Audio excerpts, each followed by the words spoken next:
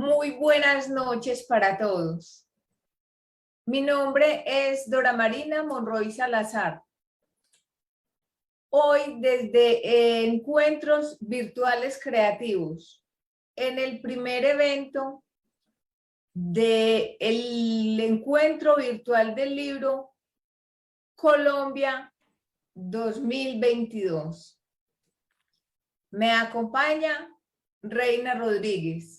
Muy buenas tardes. Gracias, muy buenas tardes o noches, depende de dónde se encuentre. Mi nombre es Reina Rodríguez, autora de La relación que destruyó mi matrimonio. Pero tenemos una sorpresa súper importante porque les vamos a presentar a un personaje que cuando ustedes lo vean se van a quedar porque no lo habíamos presentado anteriormente. Él nació en Bogotá, reside en Bogotá, es licenciado en Educación Artística, especialista en docencia universitaria, guionista, director de actores y músico. También él tiene sus estudios y los ha realizado a través de diplomados y talleres especializados en la Cinemateca de Bogotá. Su nombre es Freddy Roldán. Bienvenido, Freddy. Muchísimas gracias, Reina, por esa presentación. No deja de ponerme nervioso. Muchas gracias, Dora Marina. Gracias por la invitación. Qué bueno estar aquí con ustedes. Y un saludo para todas las personas. Gracias por aceptar esta invitación y por acompañarnos y por compartir tantas cosas bonitas. Queremos arrancar con la primera pregunta. ¿Quién es Freddy Roldán? Bueno, Freddy Roldán es un apasionado del cine. Yo soy bogotano. Desde hace muchos años estoy dedicado a la escritura del cine, a la dirección de actores, a la dirección de cortometrajes. Y últimamente he estado como escribiendo, me lancé al mundo del largometraje. Terminé de escribir un largo, se llama Jean-Pierre, y estoy en la escritura de otro que se llama Siete Pecados. Pero generalmente, pues como que mi vida en la escritura ha sido la escritura de guiones para cortometraje y ha sido pues una aventura muy apasionante. O sea, Freddy, que no has hecho escritura diferente de literatura ni de poemas. Sí, he tenido la oportunidad. Ha sido de guiones. Sí, el 100% ha sido guiones. He tenido la oportunidad de publicar poesía, escribí 2 libros en colectivo con la Casa de Poesía de Silva de Bogotá, y tengo un libro entre el tintero, listo para publicar, que se llama De Amores y Hasta Luegos. Pero básicamente hoy quiero hablar de cine. Estamos como con la sintonía de la escritura de guiones, en la posibilidad, en la búsqueda de encontrar cuál es el germen para componer una historia, que eso es como la parte más dura de un escritor. ¿Por dónde empiezo? ¿Cuál es el conflicto? ¿Por dónde me voy a ir para crear una historia? Y en eso estoy, en ese momento en eso estoy. Excelente. ¿Y desde cuándo empezaste a escribir esa parte de guiones? O sea, ¿cuándo dijiste, quiero esto, me voy a encaminar por este lado de guiones? ¿Desde qué momento? Bueno, les cuento. Inicialmente, pues estaba con todo el mundo de la poesía, escritura de cuentos cortos, pero como que no muy juicioso, muy profesional.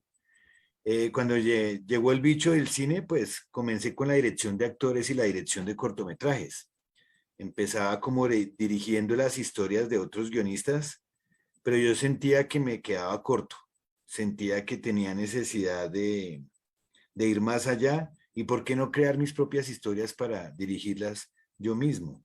Y no es desde un acto de egoísmo, sino un acto de expresión, de poder llevar a la pantalla, a la imagen, lo que yo tenía por dentro. Entonces dije, tengo que acercarme al guión. Al principio me acerqué como muy tímidamente, pero finalmente me enganché en el mundo del guión de cine y van a ser 15 años que estoy con la escritura de guiones, tanto para el cortometraje, como les digo, que es como mi fuerte, como para de pronto comerciales, para documentales, Hay algo que se llama el docuclip, que es como una forma de contar un documental a partir de un video musical, pero con la idea de documental.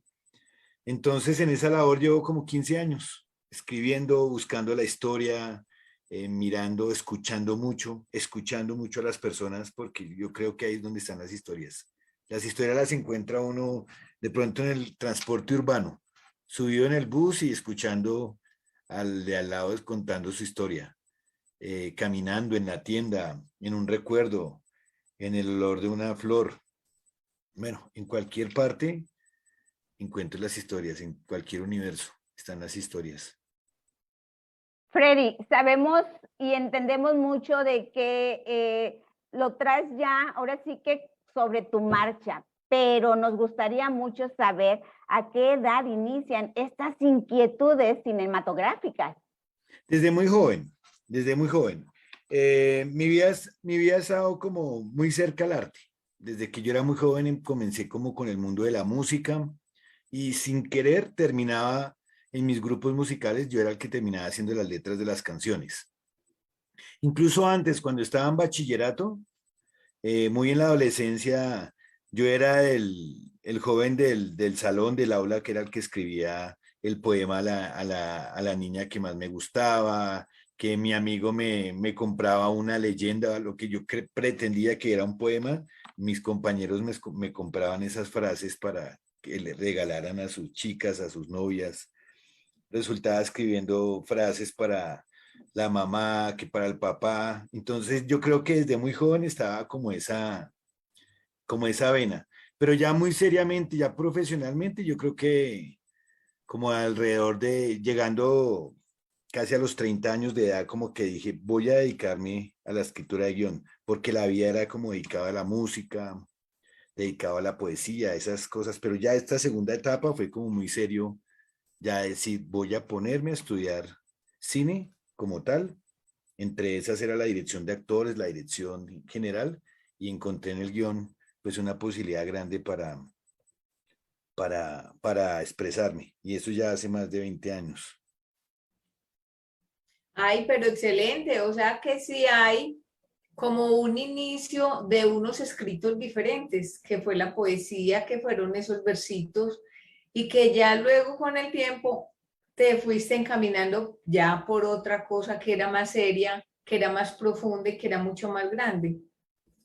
Exactamente. Y siempre, a pesar de los años que llevo en esto, siempre tengo la misma sensación cada vez que me encuentro frente al computador o al papel en blanco. Ese momento de iniciar la primera frase del guión, que de hecho antes de que sea un guión es una sinopsis, es una idea. Uno escribe, antes de escribir el guión es como la parte final que uno le entrega al director. Pero antes de todo eso, pues hay todo un proceso, es la concepción de la idea, el escribir en un papel, un audio en el celular, buscar cómo armar la idea, después escribirla como manera de cuento, ese cuento convertirlo en sinopsis, esa sinopsis convertirla en un storyline, en un tagline, en un logline, hasta que ya va depurando y hasta que termina en un guión. Entonces, ese ha sido como lo que les quiero decir es que siempre que me enfrento al papel en blanco es un terror impresionante, porque hay una idea, pero cómo plasmar esa idea en imágenes es bien, bien, me asusta todavía, me asusta. Me da todavía mucho miedo enfrentarme al papel en blanco. Yo sé que ustedes saben de qué les estoy hablando.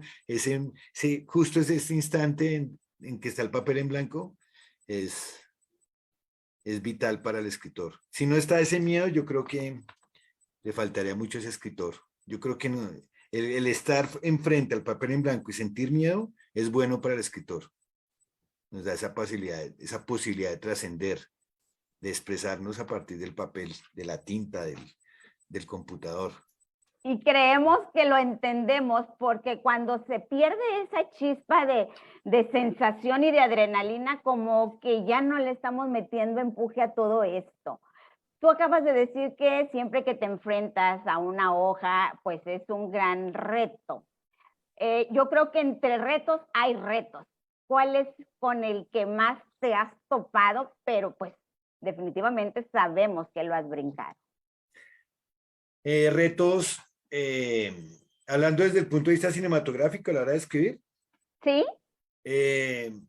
Bueno, hay varias clases de retos. Por ejemplo, cuando son guiones encargados o ideas encargadas, es un reto en el sentido que llega la persona, me dice, Freddy, tengo esta idea, quiero convertirla en un cortometraje. Entonces, yo escribo la idea, pero el que me transmite eso me dice, no, es que yo quiero que sea así. Entonces se me convierte de pronto en un reto darle gusto a esa persona que me trajo esa idea. Esa es una. Otro reto que he tenido, que es uno de los retos, de que eso sí lo puedo decir que es un reto, es cuando llega el productor y me dice que tengo que hacer una historia para un cortometraje, escribir una historia que dure 9 minutos, que solo tenga 3 personajes y que hayan 2 locaciones. Esas 2 locaciones es la sala de una casa y un parque de un barrio. Entonces tengo que, con esos elementos, escribir una historia. Entonces quedo como encarcelado, porque no tengo la libertad de escribir, sino ya me dijo el productor, tiene 3 personajes, 2 locaciones y tiene que durar 9 minutos.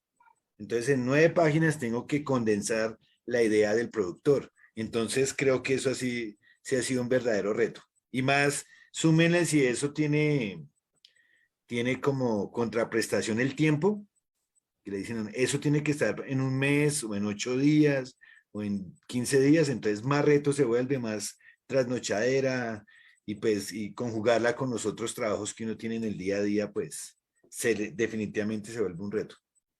Yo creo que es ahí cuando son encargados, historias encargadas. Bueno, entonces, has mencionado muchas veces la palabra cortometraje. Entonces, por favor, acláranos qué es un cortometraje. Un cortometraje es una película de duración corta, ¿sí? Eso es la definición. Aquí en ¿Pero Colombia, tiene determinado tiempo sí, o sí. tiene varios tiempos? Aquí en Colombia está definido el metraje de las películas de la siguiente manera. Una película que va hasta 1 minuto le llaman filminuto. De hecho, hay festivales de cine dedicados al filminuto, películas de 1 minuto de duración. El cortometraje en Colombia está establecido que tenga una duración de 1 minuto a 29 minutos, sea ficción o documental. Si la película está en 1 minuto a 29 minutos, es un cortometraje. Si la película dura entre 30 minutos y 59 minutos, es un mediometraje. Y si la película es de 1 hora en adelante, es un largometraje, lo que uno acostumbra ir a ver a la sala de cine o en Netflix, un largometraje. Son películas con 1 hora, por encima de 1 hora de duración. Entonces, eso es, cortometraje de 1 a 29 minutos, mediometraje de 30 a 59 minutos y el largometraje de 1 hora en adelante. Hay películas que duran 1 hora, hora y media, 2 horas, hasta 3 horas y de ahí para arriba. Entonces, en Latinoamérica es muy parecido el concepto de duración entre corto, medio y largometraje. Esa es la idea.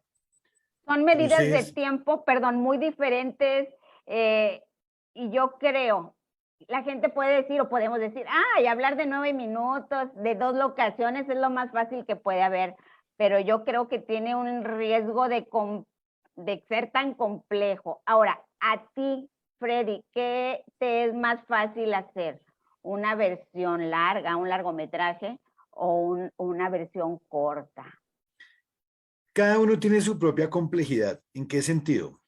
Entre más corto sea la película, es más parecido al haiku, ¿sí? Al poema de formato haiku, como los japoneses que escriben en 2 palabras un poema, ¿sí? Entre más corto un poema, pues es más difícil porque es la razón de la síntesis. Entre más haya síntesis en la literatura, pues es más como le dijera, más de genios. Entre más uno logre sintetizar una idea, pues qué genialidad que en una sola frase uno pueda contarte una historia, ¿sí? Entonces, las complejidades son diferentes. Entre más corto, el reto es cómo sintetizar, cómo yo contar una historia en un minuto o en 25 minutos o en 10 minutos. Eso es complejísimo.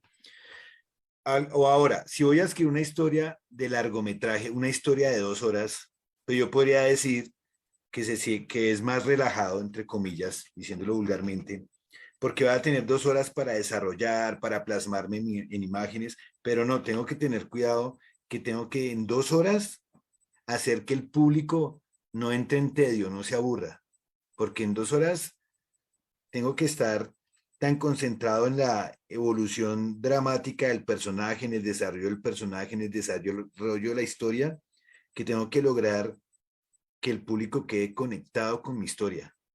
¿Sí? Esa es la gran preocupación, por ejemplo, hablando de algo muy moderno, que es Netflix. A Netflix le preocupa que el guionista que ellos contratan logre escribir historias para que el espectador quede conectado. O si no, el espectador simplemente apaga el televisor o cambia de plataforma. ¿Sí? Entonces, escribir de larga duración, el complejo es cómo mantener al público conectado a la historia. Es como un libro, una novela. Yo he llegado a novelas que a la página 50 ya me aburro y no la leo más. Qué pena, pero no la leo más. Como hay otras novelas que se devoran porque el autor lo mantiene a uno conectado. Y ahora volvamos al cortometraje. Cortometraje es como un poema. Es corto, pero tiene que ser sabroso, tiene que ser enérgico, tiene que conectar con el alma del lector y dejar toda una historia de vida de pronto en 14 renglones. Entonces esas complejidades son distintas y ambas, no podría decir cuál es más difícil que la otra, son simplemente complejidades distintas. Así es. Mire, lo que es la vida, yo antes estaba pensando que era mucho más fácil hacerlo largo porque se tiene como más espacio, no solo de tiempo, sino para uno desarrollar como todo el montón de ideas que tiene. Pero ahí hay una explicación clarísima. Desarrollar en muy corto tiempo una idea completa y que entretenga, excelente. Es Sí, maravilloso.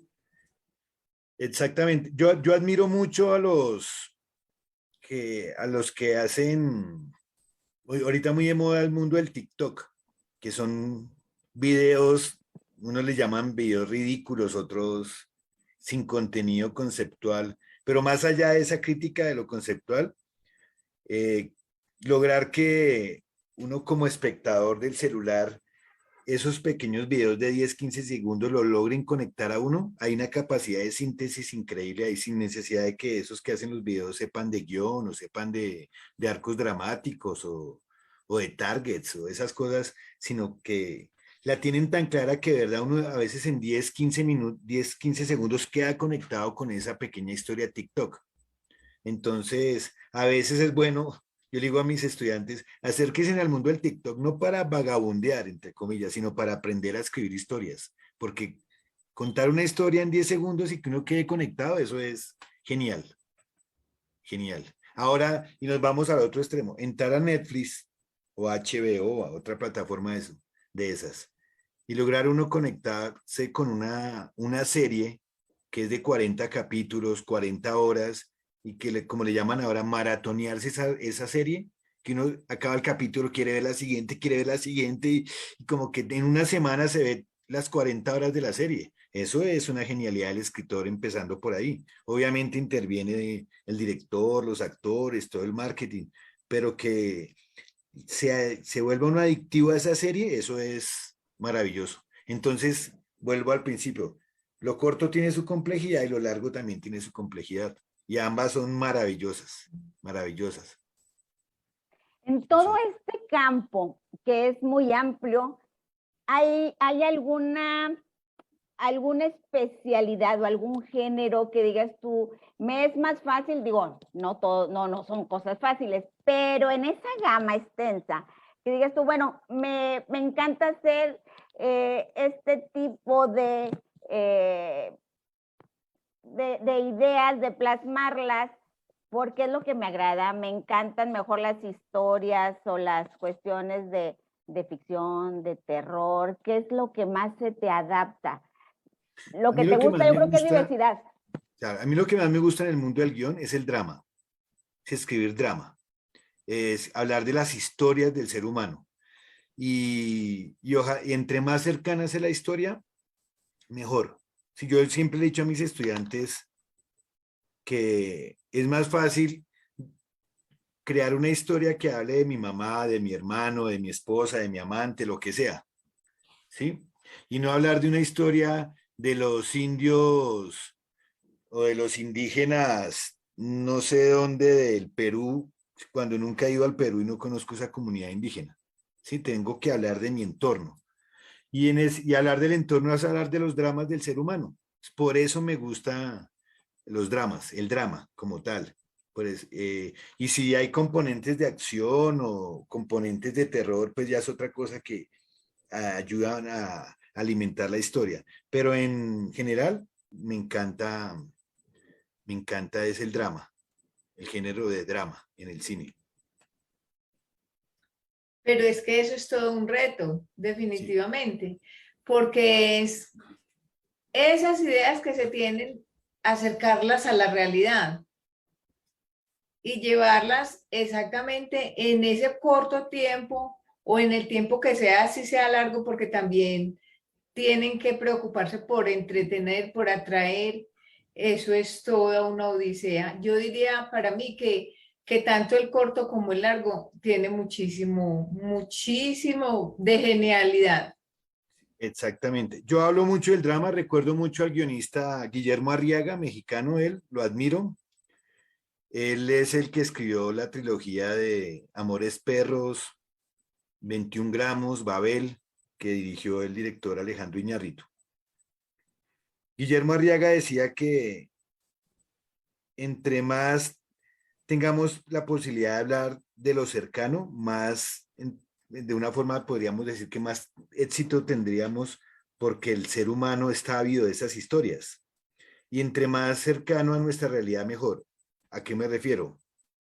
Él le da mucha risa a Guillermo Arriaga ver en las películas de Hollywood que el protagonista va por la autopista a toda velocidad en su carro persiguiendo a otro maleante y se estrella, se cae, da 1000 vueltas el carro, explota y sale ileso. El protagonista apenas peinándose un poquito porque se espelucó, ¿sí? Y Guillermo decía, yo no puedo escribir esas historias porque yo no soy ese. Yo nací en México, DF, crecí en México, en esa ciudad que es otra realidad. Entonces, si yo escribo acerca de mi realidad mexicana, se vuelve universal porque esa realidad que se vive en México es la misma realidad de la sociedad bogotana, la sociedad filipina o peruana o neoyorquina, porque todos tenemos las mismas pasiones, las mismas preocupaciones, las mismas necesidades. Pero se vuelve creíble en la medida que escribamos alrededor de la historia de vida que nosotros conocemos.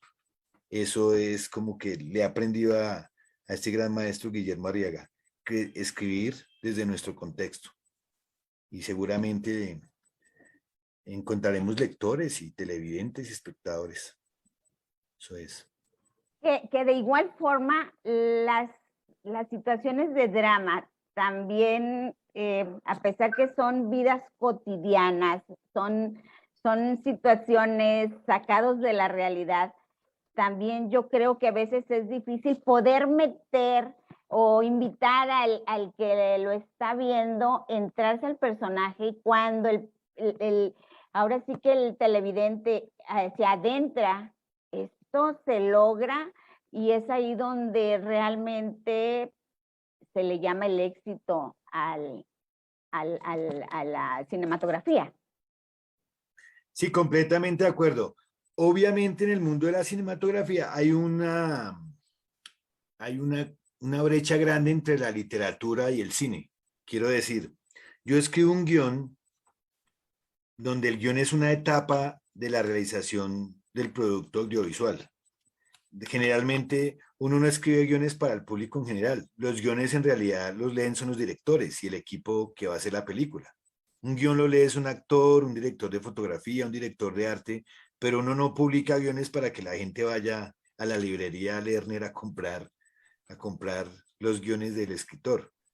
Entonces, cuando llega ese guión al equipo técnico de la película, el director sufre otra transformación. Entonces, a veces uno como escritor de guiones queda frustrado porque lo que yo concebí en mi historia, en mi guión, en últimas no es lo que aparece en la pantalla porque pasó por las manos de un director, de unos actores y ellos siguieron poniendo su parte, cuando quedó fue otra cosa. Y si de pronto entra intereses económicos, un productor que quiere que yo concebí mi historia en Bogotá, pero la plata la dio una productora de Argentina, entonces quieren que el protagonista sea argentino, entonces van a cambiar la historia, la van a acomodar ya no en Bogotá, sino en Buenos Aires y ya sufre un montón de transformaciones y yo quedé frustrado, ya entre comillas frustrado porque ya tengo que saber que como guionista la película, mi historia se va a transformar a partir de la realización de la película, mientras que el novelista no, el novelista escribe su historia, su novela y así quedó. Pasará por gente que le corrige, si me va la palabra, bueno, sí, por correctores de estilo y eso, pero en últimas es su historia. En cambio, el guionista sí tiene que aguantar mucho ese ego, soportar, saber que lo que escribió se va a transformar. ¿Sí? Y se ha dado el caso de guionistas que escriben su película, llega a manos de un productor y el productor decide que estas escenas no van. Ya, el productor dice, muy bonito, pero vamos a quitar estas escenas porque por plata, por producción, por X o Y mundo de temas, esta no va así. Entonces el director, el guionista se queda, pero ¿cómo me van a quitar esta escena de la película que era importante? Porque él sabe la concepción, la estructura dramática, la filosofía, la premisa de su película, y llega un productor y dice no. O al contrario, deciden alargarla y ponen a otro guionista que le alargue, le cambian los nombres a los personajes, las locaciones, y cuando va a ver el guionista, ¿qué es lo que hicieron? ¿Sí? Entonces es una negociación entre el ego, entre el producto. Bueno, ahí hay un montón de cosas que entran. Por eso es que hubo un momento en que yo decía, y puede ser ego, lo reconozco también, pero decía, qué bueno es dirigir uno sus propias historias. Sí, yo he tenido esa fortuna de los últimos cortometrajes que he dirigido, he tenido la fortuna de yo mismo escribirlos. Entonces, uno se da como esa libertad que cuando está en rodaje, pues si le cambio o no le cambio, pues finalmente es mi historia. Pero eso es muy duro tener que escribir una historia y que otro la dirija y que le cambie, le quite, le ponga. Y pues uno tiene que agachar la cabeza y decir, pues sí, eso era lo que yo me arriesgaba y el director está en todo su derecho de hacer eso porque por eso es el director. Si es el que en últimas concibe la historia. Yo soy una parte más de ese gran ajedrez que es la realización de una película. Eso es, entonces uno también tiene que ser consciente que cuando está en su función de guionista, en su rol de guionista, tiene que entender que hace parte de una maquinaria. Yo no puedo llegar con mi ego y con soberbia a decirle al director que es que tiene que ser así, no. Yo como escritor de guiones tengo que entender que hago parte de una gran empresa que se llama la realización de una película, la producción de una película. Entonces es más como trabajo en grupo también, mientras que, por ejemplo, el pintor pues está en su estudio frente a su cuadro, a su lienzo, pues creando solo, completamente solo, así como el poeta o el escritor o el novelista. Entonces, aquí hay unas grandes diferencias entre este escritor de películas al otro escritor de literatura o el periodista en sus editoriales, en sus artículos. Entonces, el guionista tiene esa parte que se siente a veces muy robado, muy desarropado, porque eso es una realidad. Lo que escribe, lo más seguro es que se lo transformen en producción. Y si la empresa es cada vez más grande, quiero decir, una cosa es yo escribir mi corto o mi película para un grupo de productores que son mis amigos, mis compañeros de vida, a otra cosa que tenga la fortuna de pronto que Netflix compre la historia o Metro Golden Mayer o Pixar. Ellos sí la devoran, la cambian y Lo que hacen es, yo le pago a usted por haber escrito su historia, muchas gracias. De aquí en adelante nosotros ya tenemos los derechos patrimoniales de la historia y ya usted no tiene ningún derecho a decirnos nada. Y le toca a uno decir, sí, señor. ¿Sí? Y es así, es una realidad de la vida del escritor de guiones. Pero yo creo, Freddy, que también eso ocurriría con la literatura. Por ejemplo, yo escribo un libro y lo quieren volver una película, la tienen que modificar por muchísimas razones, porque el libro sería muy extenso y daría para varias películas. Entonces Exactamente. ellos van a coger la parte que les gusta, que les sirve, la adaptan, cambian ideas del libro. En ese punto yo creo que pasaría lo mismo, ¿sí o no? Tal cual. El proceso de adaptación es un proceso, es bonito y es frustrante para el escritor, pero a la vez no. Por ejemplo, si tú, Dora Marina, eres guionista de cine y Reina también es guionista de cine, yo les doy mi novela. Ay, necesito que me la adapten. Dora le hace una adaptación a mi novela y Reina también. Al final vamos a ver que hay dos películas diferentes porque la adaptación en cine es una interpretación del guionista. Entonces, Dora como guionista leyó mi libro, leyó mi novela y ella hace una adaptación, es más, no le deberían llamar adaptación. Yo siempre he dicho que es una interpretación de un guionista que le hace un libro. Por eso es que cuando uno a veces lee un libro y después ve la película y dice, pero no, eso no es lo que yo leí. Incluso hay gente que dice, ay, la película es mejor que el libro. No, no es ni mejor ni peor. Nada es mejor. Simplemente es una interpretación de un autor, de un cineasta que hace una obra literaria. Eso es así. Entonces, si hay tres adaptaciones, son tres interpretaciones sobre una obra. Eso es así.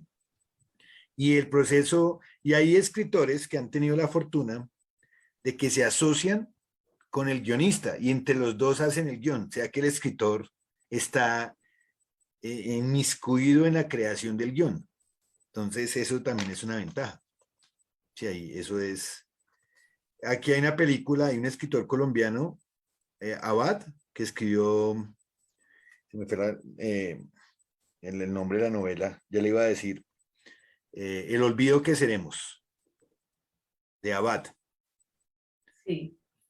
Y la novela la volvieron película, ¿sí? Y él tuvo la fortuna de sentarse, el escritor, de sentarse con el guionista, que es español. Y se dio gusto, porque es su película, pero también trabajó en el guión él mismo hizo ayuda a hacer su adaptación para la película. No, eso casi no se ve, pero él tuvo la fortuna. Abad, Héctor Abad Faciolince. Sí, señor. Excelente. Bueno, entonces yo creo que aquí nos quedaríamos toda la noche conversando porque es un tema apasionante, Sí, definitivamente. de muchísimo aprendizaje. Y ahora que hablaste de historias de vida, yo también tengo un libro que se llama Historias de vida, visión de la realidad. Y como Freddy sabe, el tiempo en televisión es muy cortico, se nos pasó el tiempo volando. Sí, Entonces, muy agradecida, Freddy, agradecidas todas, pues, con este encuentro que tuviste, con compartir tantas cosas bonitas y yo por lo menos salí antojada y aprendí muchísimas cosas. No sé si a Reina le pasó igual. No, muchas es que gracias. ahora sí que el tiempo, siempre hay algo que dices tú, ya se acabó, falta más, Sí, hay mucho más que conocer de Freddy Roldán, saber que viene, pero yo creo que ojalá y nos dé la oportunidad de poder tenerlo nuevamente y Claro que conocer sí. un poco más de él y de todo lo que trae ahí en toda su revolución. Muchísimas gracias por sus palabras, Reina. Muchísimas gracias, de la Marina. De verdad, muy agradecido por esta invitación y de verdad espero volverlas pronto y a todas las personas que nos están viendo, muchísimas gracias por haber compartido este espacio. Y bueno, bienvenido. sabemos que sí, que va, ojalá y nos den otra oportunidad, tu tiempo también se nos preste para eso y agradecerte por haber estado en Muchísimas una gracias. emisión de la feria virtual. Muchísimas gracias. Un saludo aquí desde Bogotá para todos. los que están conectados. Gracias. Bueno, y a todos que nos sigan acompañando en encuentros virtuales, que será todos siempre bienvenidos y serán siempre primicias y cosas bonitas. Muchísimas gracias por acompañarnos siempre. Recuerden seguirnos en nuestras redes sociales, la primera feria virtual que hay, suscribirse y estar ahí porque es un evento en el cual no te puedes quedar fuera. Gracias. Muchísimas gracias.